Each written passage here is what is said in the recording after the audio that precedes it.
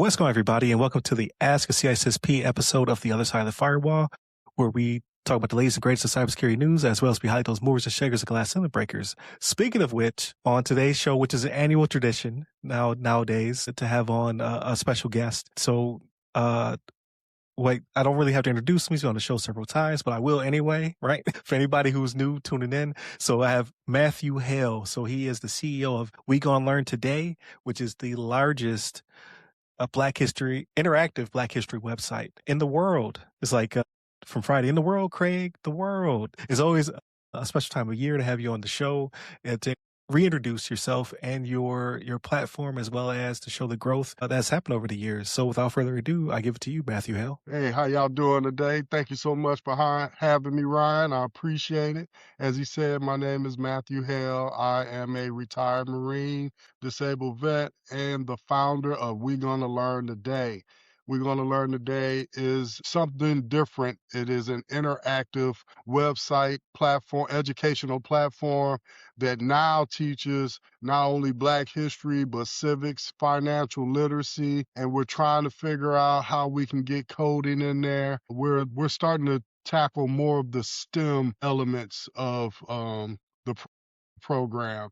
So we have now partnered with the University of Tampa, USF, Polk State College. We're in about 20 or so schools now in the Tampa Bay area alone, and we are doing great things. And I can't say it enough. The platform is completely free. Well, not completely free. It's 95% free because you can buy the paperback activity workbooks on the platform, as well as if you just want to learn about one individual, you don't have to buy the whole book. You can go to our digital library and look for that individual that you would like to learn about and just buy the ebook for that person. And later on, at the beginning of next month, I'm glad to say that I'll be starting a new educational arcade that handles most of the STEM things that I was just talking about with math and different pieces of science. Also, it has print and cursive, spelling combined with history. It is something to see, and that will be subscription-based to help continue to keep the rest of the platform free. But you will be able to test some of the apps out in different parts of the website. It is a tiered website. You got 12 and under and 13 and up. The 12 and under is bilingual. It is in English and in Spanish, and has read-along books just in case the kids can't fully read yet. It will read the books to them. And then it incorporates different games and activities that come from the material from those books that were just read to them. It has financial literacy on a younger age group so that it's broken down into smaller chunks so that those kids start to learn more about finances and how the importance of understanding money. What's APRs, what's a savings account, what's needs versus wants. And also importantly, it teaches civics so that we can understand about the system that you live in. The government is part of everybody's daily life, especially state government, and that's the one that you should be mostly involved in. Just understand how it affects your everyday life. You should read up on those things so that you're aware of what can be done and what can't be done, because it's your life at the end of the day that's being affected by these different policies and stuff that are passed. So that's just a little bit. Absolutely. And your platform has grown so much since we first started to have these annual talks. I think this is the third year we spoke, and you already had a huge platform at that time. But the adding of the bilingual library, as well as the Black authors page as well. So you also have Black authors. Thank you, sir. Yeah, the website is humongous, man. Like, it has so many great verticals within it, and I'm a proud member of that page. And I try to advertise as much as possible to other Black authors. Like, hey, you should definitely jump on this and have your book highlighted, because the website is it is really big. So to have yourself on the platform just adds to your ability to seek out new readers. So I greatly appreciate that as well. And now the coding aspect, adding the coding to it as well. I think that's going to be really cool because, like STEM is greatly important. I myself started to dip my toe in the water and I did the Great American Teaching as well as I did another, it was like jobs night or I'm sorry, it was STEM night over here at the local grade school. And it's just great talking to the kids and explaining to them what I do and how I do it. And hearing from their older siblings who go to some of the local high schools here in Florida, how they're in programs that are STEM focused already. Like I talked to one young lady who is already on the cybersecurity route. So I was like, wow, that's amazing. Like she's already getting her Sec plus, Net plus, A plus in high school to then, elevate from there. So it is great to see that's also part of your program as well. Yeah, it's coming a long way. And I remember when I was doing those certifications, I was grown. I had already had a, degree when I Right. started getting into A plus, network plus, and then security plus, and then the DoD took it on really hard and heavy and by me working for them, that was, one of them things that, it used to be back in the day, you could just take it once, and then somebody Yeah, the figured out lifetime a cert. way, Yeah. let me keep making money off of this, and now we had to do it every year, As a so as but man, listen, to be a fly on the wall of whoever thought that through. Because so the DoD pushed me to get Security Plus and Net Plus because they weren't sure which track. 8570 was the name of the game at the time. I think it's like 4170 or something like that now. I don't keep up, but they pushed me to get the lifetime cert. They're like, hey, get it this year so you don't take it every year. And sure enough, a year later, they're like, nah, everyone has to take it on an annual basis. I was like, man, if yep. only I had stock. Yeah, yeah, exactly. Amazing. But like, no, like you're saying though, like, yeah, we obtain our certifications when we had bills to pay. Like this young lady's knocking out before she even has to worry about it, right? So that's Yeah, I know, amazing. right?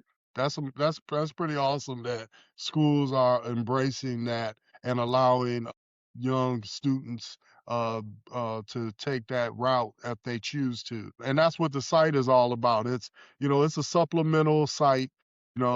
These things are tools for not only teachers but individuals just to learn more about our culture as far as Black history go. There's a lot of like I'm not even touching a huge piece. Like there's only about 500 people on the website. There's 200 and something to be that you can access right now. I continuously add people, but you can look at our roadmap and see the people that are coming down the pipe. But 500 and so people is not anywhere near the amount of Black historical figures that are out there doing great things and have done great things to enhance this country.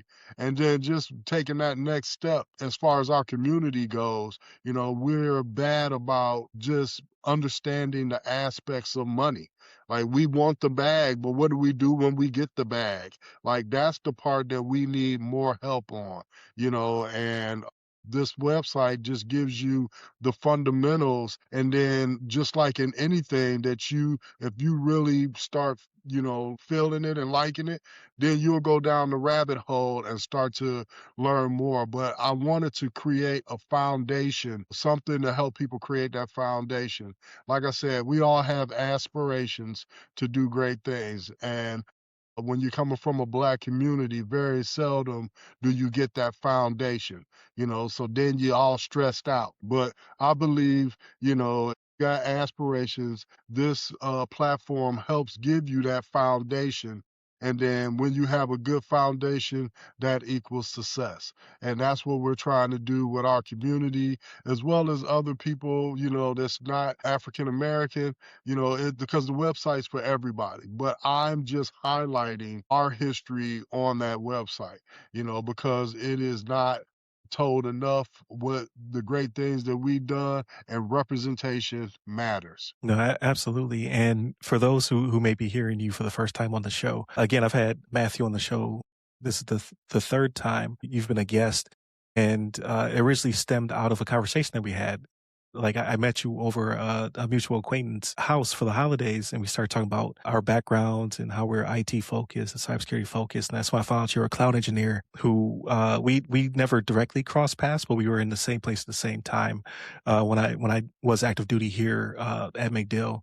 And then it kind of just grew from there. It was like, okay, so what are you currently doing? And you explained to me about the website and how you were expanding. You going to schools and teaching kids about Black History 365 like all year round. And I was like, oh yeah, I definitely have to have you on. And it just so happened that February was coming around the corner, right? Because I think we met at like a Christmas party. Christmas party. Yeah.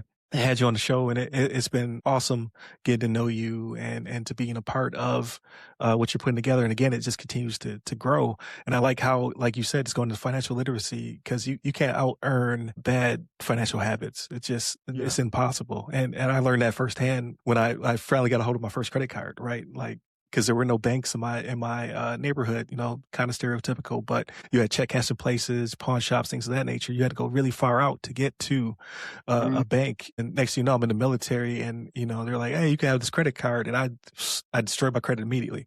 I didn't know how to balance a checkbook, right? I just was like, money comes in, and then it goes out just as quickly as it comes in, right? And it took a decade to figure out how to properly spend my money and save and, use different vehicles to grow my money and things of that nature. Getting a hold of it, right, at 40 years old, to be a child and to have access to this type of information would have been phenomenal, because it was not taught in my school. No, and that's the focus is we need to start as young as elementary, because when you start to learn a system and understand it earlier in your life, then it's second nature. That's why when kids learn gymnastics early, martial arts, as they get older, they only get greater in those sports or that activity or whatever. And we should have that same focus about, the pillars of what controls your life. And finances definitely control your life. Civics, which means the system that you live in,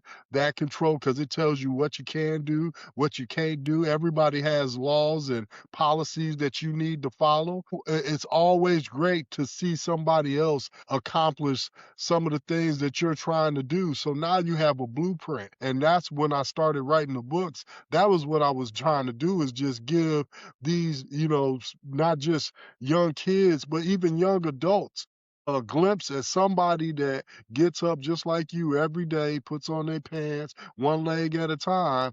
They actually did it. And you can look at their story. You might not take all of the things that they did, but you can see the path that they took, and then take the good things and apply that to your new path for your aspirations, so that you can go out and accomplish whatever goals you set for yourself. So it starts early. That's why it was, critical for me to make the 12 and under to where it's on terms that those kids can, because it's talking about an allowance and chores and stuff like that, that they can, relate to those things, because most households do those things when their kids are coming up. They give them chores. Some parents pay their kids for their chores. They get an allowance. Then now let's show them how to manage that allowance. Don't allow them to just, use that money frivolously. Have them, see that, hey, you can spend 5, take the other 5 and put that in a high yield savings account, something that is going to work, for them, and not just a savings account that works for the bank. You always want to do things that are working for you as the individual. Sometimes you just don't know no better, or your parents don't know better. And we can't fault them, but now that you have access to this, and that's why I made it to where you can do it on your phone, you can do it on a tablet, you can do it on an iPad, on a PC, smart boards. It's on any smart device. You can just pull it up and just go through a lesson real quick. It doesn't take that long. I believe all the videos that are on there, none of them are over 5 minutes. So they're between 2 to 5 minutes long videos. All the videos are interactive, meaning that you can't just hit play. It won't play the whole video. The video stops in between just to make sure you're still paying attention by asking you questions in between as it's going through the video. So it's just, everything is interactive. I want to include you within these things because when you do things and you're enjoying it, that creates memories. Memories create retention, and that's the focus behind this whole platform. It's how can I get you to retain the knowledge and be able to apply it at a later date. Not something that you scroll through, you see it, it was good. 10 minutes later, what was that I did? What I scrolled through? We don't want to do that on We Gonna Learn Today. No, then that's great because it makes me think of CBTs, right? Same thing. Like you try to get people to learn something through computer based training, but you don't reinforce it. So it's just like, hey, I need to get this done. I need you to learn whatever security, challenge or tip or whatever. And then yeah, you dump it and then you click the bad link, and then we got a Yeah. different problem. But no, that's awesome. And I know you also go into schools and that you demo the products and have the teachers use them as well.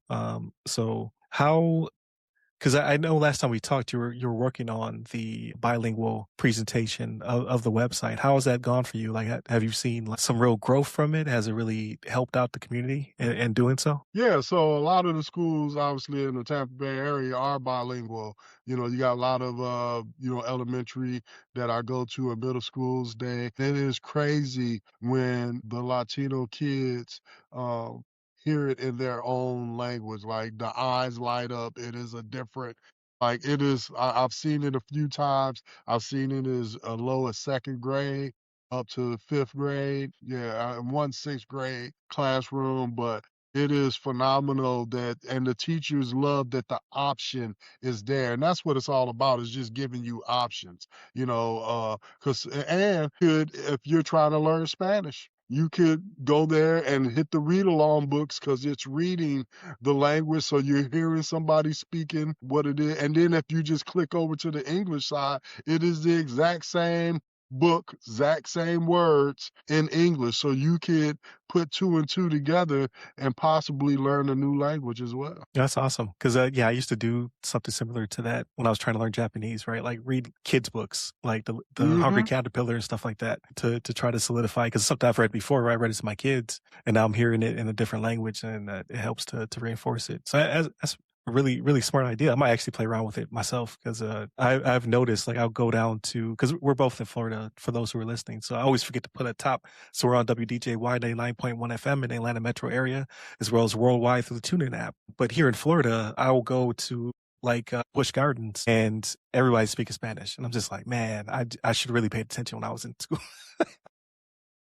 And I took French in high school, so I was like, "Oh, French is like that romance language." And I was like, I just wanted to be that guy. And I took it in college. I added on. I actually took 3 years in college.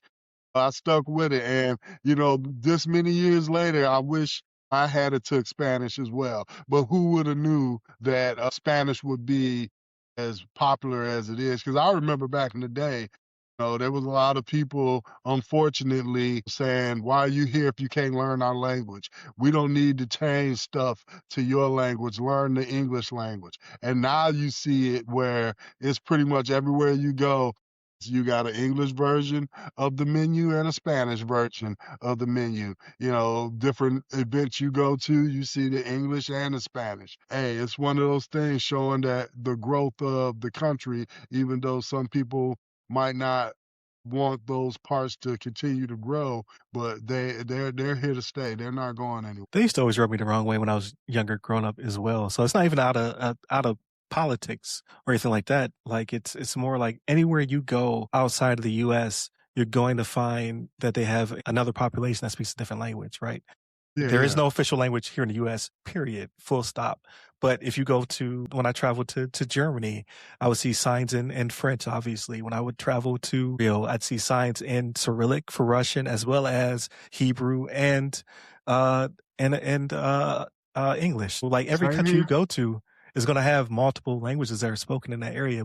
In the US, they're like, nah, you're going to speak English when you're here. Like That's just that that's doesn't just exist us, anywhere. man. That's us as a country, man. We just feel like, it's crazy because we're probably out of those ones you named the youngest, and we just Right. feel like we should be, we want to be bigger than all of those people combined. Like we want to show our dominance. And if you come here, you're either going to do it our way or you're going to get booted out or type deal, And everybody came here from somewhere except Right. for the Native Indians, So it's pretty crazy, how that works. Right. And then the last piece, because I know people are probably punching the radio right now. When I've gone to other countries, because you always say like, okay, well, U.S. is the dominant language. Everybody speaks English whenever you go somewhere. I've lived in both Sicily and Germany, and both of them told me to kick rocks. Like, do you understand any other language except for English? Because we speak 6 different languages, but that's not one of them. And you just be like, Yeah. Hey, I'm that's sorry. that's when you look Can for you a find translator. That's when you exactly? look Then I for want a to go to my translator. phone. I'm like, one of these languages you do speak, I'm gonna, translate it into the phone. And that's crazy. Like when you go to other countries, it's nothing for them. Their kids and even the adults, they usually know 2 or 3 different languages. Right. It's nothing for them. That's something that they were taught in school. Yeah. Yeah. Something So that we should be doing so that we could be more versatile, because we no matter we're dominant in certain areas, but we still need these other countries to survive. And in order for you to be, some people they never leave the United States. But if you get a chance to, get that passport and get out there and move around, you'll get a rude awakening of what you see out there and how diverse it is. And you'll realize that learning those other languages is a blessing. yeah, yeah, definitely. It also helps with just not only the comfort of travel, but also with haggling, right? Like most countries do haggle prices. If you Ain't no don't, most, almost every country yeah, except for the United States. if you know the language, it definitely helps you to Yeah, yeah. grease the skids and be able to do what you want to do. But if you don't, then, oh, they're gonna run over you. Yeah, you ain't lying. And then you'll walk about 10, 15 feet and somebody will be selling what you Hmm. just bought for cheaper. Yeah, and you'll be like, wait a second. How? Yeah, Yeah. but yeah, I remember that. And I was in Haifa, Israel, and I was in Suda Bay, Greece, like those same places. They allowed you to almost, I think everywhere we went, when I was deployed, everywhere allowed you to haggle. The price you saw was a suggestion. It wasn't, that was the final price. Almost every country I was in, our currency was higher. So they always wanted American money. But yeah, There was only a few places where our currency was lower, but it is one of those things that not when you get to the United States, the price you see is the price you get. Unless you got a coupon.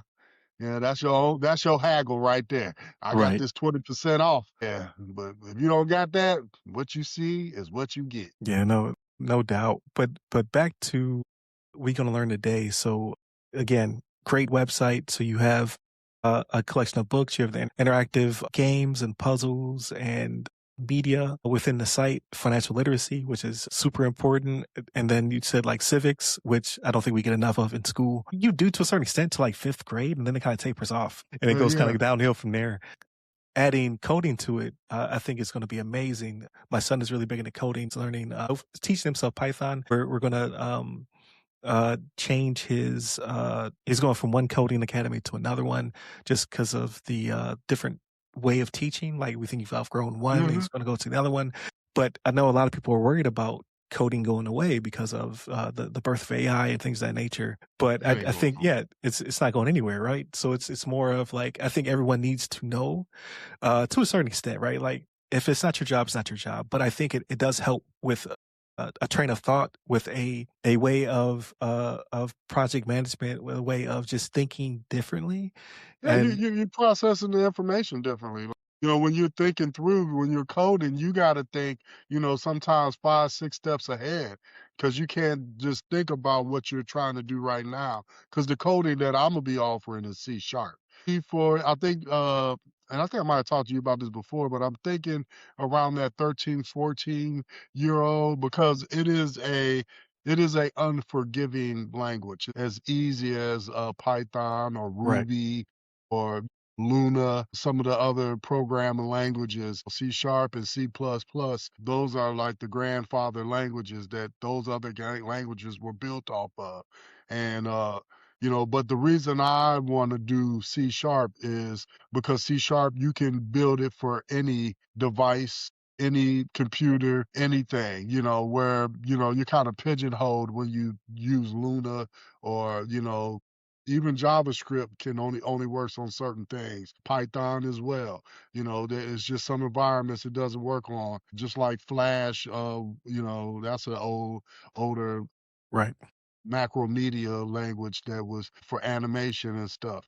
It only worked on certain things. But yeah, C sharp is something that, when I build my apps and stuff, it can work on any device. That's why, like when I build my stuff, I can say it works on the iPad or the Android. I don't have to worry about those things. I just need to make sure that everything looks good when I build it. And, obviously you got to test it out. And then even when you do test it, you still got bugs. So, and you see it. So, that's one of those things that you try to teach younger kids, that it's okay to make mistakes, or it's okay to do something and it was working good, but then you found a better way Right. to write the code, because in the beginning, it's just about getting it down, understanding the process.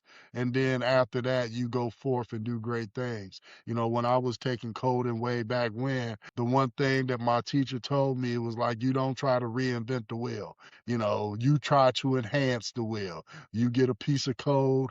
You see what it does. Now, how can you take that to the next level? And then just understanding the different rules of if then statements and else statements and some of the other constraints that you can use, you can bend it to your will in certain aspects. So, and it's just, I'll be teaching like the fundamentals of things, and they'll be learning like the Flappy Bird app, uh, and they'll go from there, and then they'll do great things. But everything I do on We Going to Learn Today is all about giving you a solid foundation. Is what I feel like when you have a solid foundation, you can go forth and you can be rocked a little bit, but still be able to maintain. And that's the whole process, the whole thought process behind We're Gonna Learn Today is giving you that solid foundation. That way you can go forth with your aspirations and do great things. I think that's awesome. Me and my wife were reminiscing that back in the real late 90s, real early 2000s, everyone knew a little bit of HTML because of MySpace and Black Yep, Planet. We yep, all wanted to have like the dope, page, and the yep. music was playing, Got and that cascading style right. sheets. Yep. Yep. Exactly. Yep. And that just kind of went away, right? Like we all kind of ventured into it, and then it kind of just got dialed back as the internet started to mature, and these websites got a lot more secure because that was kind of sus. Yeah. Oh, yeah. It was open. It was wide open. Yeah. I remember one of the ways you could tell if you was on a secure site, like you was doing a payment, you had to make sure you looked up there, saw the HTTPS Yep. and the lock. You had to have both of them, not just the HTTPS. You need the Right. lock up there too. So it has come a long way from those days. But just being able to live through all of those things, I tell my kids all the time. I was like, I've been around for numerous creations of cars. There was no Hyundai. Like, Right. looking at some of these cars, I remember when they first introduced those things, candy bars and different things like that, you know. But that also goes back to the financial literacy. I tell people this too. Man, where would I be if I understood financial literacy and when Facebook first came out, because Oh I was yeah. around for that, when Amazon first dropped, when Apple first dropped, just understanding that aspect to be able to put just a little bitty old $20 in there and see how it would have ballooned just because I knew a little bit about investing and how that works. And that's what I'm trying to showcase in the financial literacy piece of this. How can you make passive income, making your money continue to work for you while we doing this call? Somebody just bought one of my books. I just made some money. You know what I'm saying? But I wrote that book 4 years ago, but I'm still collecting on that. we need to start teaching our younger youth, as well as people that haven't learned it yet, how that works, so that they can start to be able to be more mature in their money making decisions, and be able to maybe secure retirement early because they've been able to understand how these different mechanics work. What you call it, I don't like to say that dude's name, but he boasts about the Dow and the S&P, and but he's right where when people don't even there's a lot of people that don't even understand how the stock market works and how that money is working for you, just buying a little bitty old stock in Nike or Walmart Hmm. or Amazon, and how as they grow, your money grows, and that's the importance of financial literacy. Yeah, without a doubt. So I'd be interested because I know like you got so many irons in the fire and you always build out your site. But when I did the STEM night with the kids, I learned really quickly how much better it would have been if it had been more interactive, right? So I was like, man, if only I had the ability to, tap the site or have something from the site. So if you ever dabble into cybersecurity for a younger audience, I would definitely like to be part of that project and be able to take that with me into classrooms because I did pretty good, but it's one thing to come in and adapt. It's another thing to be properly prepared. I was not Batman in the situation. I was not prepared Yeah, for the questions they were going to ask and how they would adapt and change. So I had to try to move with them, and it would have been awesome to just have it available. look at you, quick on your feet, quick on your feet. It was beat me up. But no, that's the beauty. Like when I go to schools, and like some of the teachers, they have no clue that they'll be like, I was like, hey, can I get on your monitor, on your computer? And they're like, what do you need? I'm like, I just need the board to work. And they're like, oh, the board work. I'm like, so is the touch screen on? Because they don't even know that concept of it. I've been in some classes where the teacher was like, I didn't even know it could do that. Like, so just helping them and educating them. And by me building the curriculum around the smart board and how to take advantage of those different things. I mean, haven't been to a class yet where I didn't have like that maximum participation from the students. They don't want me to leave. They want to keep doing it.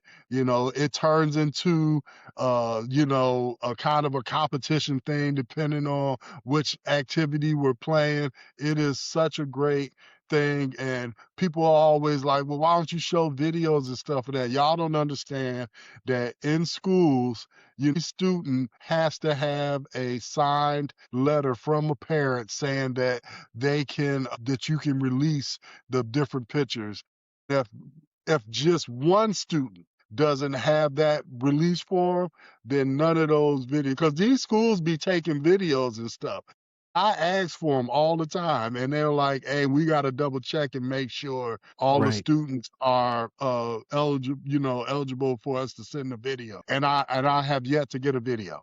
Like, there's always one student in these classes that doesn't have a signed letter from the parent, like authorizing the school to release video or pictures. If they don't have that authorization, then you just can't do it. Now, when I go to academies, like private schools and stuff, usually I can take pictures, and I do have some of them on my website and stuff. But besides that, man, dealing with public schools is different. You can't just take a picture and just think you're going, not without getting in trouble. You can post it if you want, but that'll probably be the last picture you post. You won't be going, because them schools talk, man. They be like, hey, he posted something without our authorization, and now you ain't getting no schools. So I just like, hey, word of mouth. And that's what it's been doing, man. Where the teachers pass it on to other teachers. I'm part of different organizations. Like I'm part of Teachers by Teachers. Okay. Teachers Pay Teachers website, and I do really good over there. Yeah, so it's just been a blessing, man, to see like that people, when you think of an idea, you think people might want to be engaged. But when you bring it to light, and then people actually are engaged with it, I remember back when we first did this, I was maybe getting a subscriber once every 3 or 4 months. Like I was like, man, what am I doing wrong? Now I get subscribers, 3 to 4 of them a week. That's awesome. Yeah. So it is picked up tremendously. There's way more people on the site doing great things, and that's just my thing to keep going because I know it's just affecting one person's life is blessing payment enough to maybe somebody else. I help somebody else understand some of these aspects that I wish now that I know about it that I wish I'd known earlier in life. That like you said, because I did the same thing you did. Had too many credit cards, had a bunch of, Right.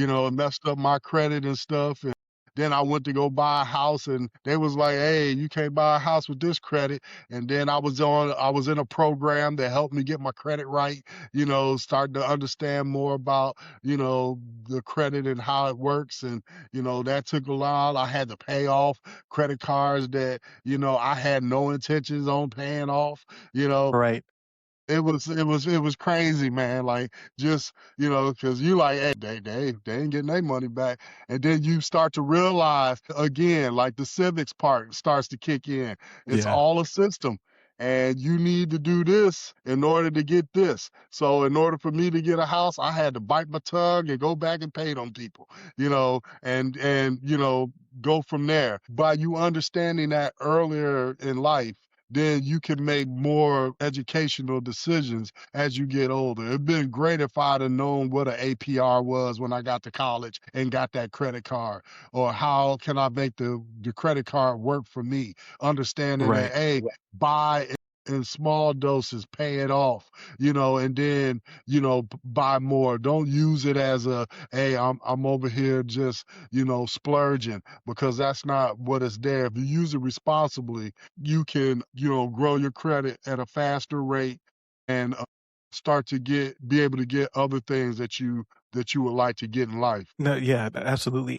It's crazy to be that person in your kid's life. So like you said, we had a lot of hard lessons. Like you made me laugh, but it's true. Like I don't have no intention of hitting them back up. But then you learn over time, especially through the military, right? Like, oh, you want to keep that Oh clearance? yeah, You better do X or Y or Z. But now my kids, right? Like I got my oldest is, working towards getting her first apartment. So having the ability to say, okay, you need to do X, Y, and Z, and I will, support you and give you whatever you need to make it happen. Or with my youngest, right? Like the other kids, thankfully, both the GI Bill as well as they're brilliant, so they have scholarships and things of that nature. But it took me until we had the youngest to be like, oh yeah, there's a 50, I think it's called like a 501c that yeah. I could put in a small Occasional amount pay. and it builds from there, right? So like he's covered, but the other two, like, hey, if you're not smart, you'd have been in I know, trouble. right? You better look for them grants, them state grants, Right.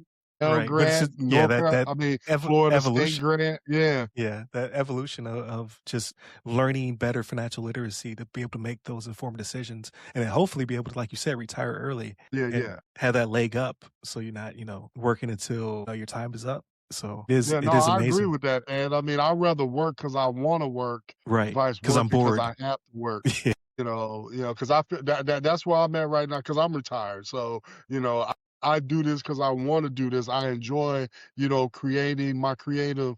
This fills my creative side of my mind, creating these different apps and games and stuff like that, and making it to where, it's not just, the regular old word connect. How can we incorporate some Black history or financial literacy or these different things within that game? You're still playing it, it's still very popular, but now let's learn something while we're playing it. So that is the good thing about all of that, man. I'm excited about the educational arcade that's coming. I can't wait for people to see. I've already been kind of beta testing it at different Okay. festivals. It has been like, especially the print and cursive piece that you can now do on your phone or on your iPad, use your stylus. I got like 20-year-olds. Like there was a female that was just at the Collard Green Festival that I was at, and she was like, "Man, I'm gonna start using this because they took it out of school before I could learn cursive." So she Wow. was Yeah. excited just because, and I was like, "How old are you?" And she was like, "I'm 24." And I was like, "Man, it's been out of school that long? That is crazy that, it hasn't been being taught for 20, at least 24 years plus, Yes, and you it's pretty know. wild. Yeah, so where it was a staple, like, because I'd be asking, but like, how do you sign a contract? Like, printing wasn't something that you could put on a contract. That didn't solidify back when we were growing up. You had to sign your name in cursive. So, and I do know that you got the where you can do like on Adobe and Well, do the an e-sign. DocuSign, yeah, Yeah, yeah. yeah, but when you're in person, how do do you just print your name? Like it's one of those things. How do you do a check? Even though a lot of people don't use checks anymore, but they're still around. So I've been to some places where they still only take check. I'm like, how do you only? What about all the other avenues? Like, really, all You're we like, "No do point of is sale." Like, we don't have any of those. No merchant yep, acquirer, none of that yep, yep. No, though. Yeah, 'cause, yeah, I remember is where I live 'cause they with the book had, yeah, yep. to And learn how now to you can do that right on your phone, my brother. okay. It's coming out, man. Like I had a class. I was at the Zora Neale Hurston Festival, and it was Education Day, and so there was a bunch of classes that came out, and there was a first grade class, and that teacher tried to bribe them kids. She couldn't get them off of it. Like they was just in it. Like I was like, man, that's when you know you got something. When the kids that you're creating it for can't get enough of it. Once they figure it out, like showed one kid how to do it, and then all the kids just looked at them and kind of learned. So when they stepped up, because I was letting them, I was like, hey, it's about 17 of y'all. Y'all gotta each of y'all get a letter. Like you can't just keep doing them. You do a letter and then just get back in line and keep coming around. And that's what they did. They went through the whole alphabet in the print. Then we put it on cursive and they started doing the Okay. cursive letters. It was really cool, man, to watch. Yeah, I even got a little video of all of them saying, "We gonna learn today." It was so That's cute. awesome. Yeah, yeah. So, but yeah, man, it's just amazing seeing like people interact with stuff that you thought was going to make a difference, and then just seeing them use it the way that you intended on it being used. Because sometimes you create something and you sell the rights to it and that ain't what they intended on using it for you know and that brings up like what you was talking about with the AI. That's the part that I think a lot of people haven't really even focused in on yet, is that AI is a great tool if you're using it in its proper forms. As you know, we always got somebody out there that's going to take it and do some evil with it. How can I scam some more people? How can I make documents a little better to where you can't recognize, or emails, and Right. just scheming on people's bad luck or unfortunate circumstances, man. And but I don't think that AI is going to replace people, because AI, people don't realize, even though they're saying it's AI cannot think for itself. AI only goes off of information that we have fed into the internet for decades. Like all the stuff that it's doing in seconds is because it has ample material to read, to feed off of, to spit it back out to you. So people that are all, you can't tell AI to create something that has never been created. Right. Only humans can still do that. And until AI can do that, that's when I'm not even worried about it. Yeah, just because you're giving me something that has already been out there and you're regurgitating it, that's basically what it's doing. But it's, you put a different parameters on it. So it might have been, hey, somebody created it for a nonprofit. You was like, hey, I want to take that idea, but I want it to be for profit. How do I do that? And then it kind of looks at it and be like, oh, this is how you do that. And so, but you can't until it starts creating stuff on its own.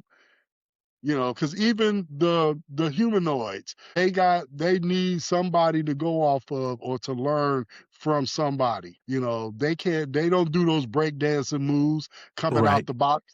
They don't do the karate coming out the box. They got to learn that stuff. And that's the issue with AI. I don't even know why it's being called AI, because it's not artificial intelligence. It is, but when you deal with somebody that's like you're a computer mind, you've been into this So am I. We understand what it is. I tell people AI is not AI. It's a glorified search engine. And that's basically what it is. It is not what you think it is. And they be like, but no, I had it do this. And I'm like, it took that from somebody else, is documents that have been put somewhere. That's why they got these data farms that are running 24/7, never sleeping, because they're constantly pulling from these different repositories. And when you understand how the back end works, then you understand how it's doing these different things. But unless you can comprehend that, or unless you've been there in those environments, understanding that, and that's the blessing that I like about me working for the DoD, because the DoD has an endless checkbook, and they always get great, like, cause stuff that I learned 10 years ago is just now coming to the civilian sector. Like, I saw this stuff 10 years ago, and I'm like, man, they just, just now getting it. Cause I was working on smart boards back in 2004, and it's just now getting in almost it still ain't in every school yet. Like, it's still not a norm. It's getting there, but it's not there yet. And that's what you need to look for. How can you get your niche? Figure out, and that's what I capitalized on, is, making it interactive, engaging, and including you within the lecture instead of just lecturing to you, because kids love that. They want to be a part of it, Right. instead of sitting there like, oh, here go Ryan again talking about cybersecurity, But like you said, if you had have made it to where it's engaging, and now they got to come up and do something, and then you let them come up as they do. Because that's the other thing that I've learned. Like, usually when I'm in classes, there's always 2 or 3 shy kids that just kind of looking at everybody, letting everybody take a turn, but eventually they get up and they come to the board too. And that's the magic in it. That's when you know you got something. That, you can even get those shy kids to start participating and doing the fist pump when they get it right. So that's what I love to see when I go to schools, man. Such a blessing. Yeah, no doubt. So I always like to end with what you're doing outside, but you did jog my memory. So I literally just had a conversation with a friend of mine, and I won't belabor this point, but it was the same principle of how the military is, light years ahead when it comes, especially to cybersecurity and defense, right? Because we build our networks for defense over, civilian networks that are kind of just, they kind of evolve over time, right? It's like, like Well, they're this thing building was for built. profit. Yeah, they're built for profit. They evolve over time. We secure as necessary. And I told him, I like to always, like, as a consultant, I like to flip the narrative sometimes. Because he was like, yeah, it's all buzzwords. It's like ZTA, zero trust, architecture, yada, yada, yada. I was like, yes, but I call it military grade defense. And I was like, have you heard of this thing called a disastig? I mean, things that we do all the time. But you spin it, you be like, Yeah, oh man, like, I know exactly what you're talking about, sir. I know exactly what you're talking about. Man, them inspections are brutal. yes, They take no hilarious. witness. Right, exactly. But so before we land this plane, so with the limited time I have with you, I always like to end with, what are you doing outside of, like, you're an accomplished author, you produce music, you are a architectural engineer, you've developed all of this phenomenal media and interactive edutainment for the kids. What are you doing for yourself to either recharge your batteries or to take time off? To be honest, man, like, just creating the different apps is a joy to me. I love programming, and just being able to, like I said, not trying to recreate the wheel, but enhance it. So it's been a joy creating. That's why I'm so excited about the educational arcade. Is I found ways to take regular games that are being played every day on your phone, but just for stars, and implementing different, financial literacy, civics, Black history, and allowing you to learn as you're playing. And you're still getting the stars, but let's pop up a little card of, a fun facts or something like that.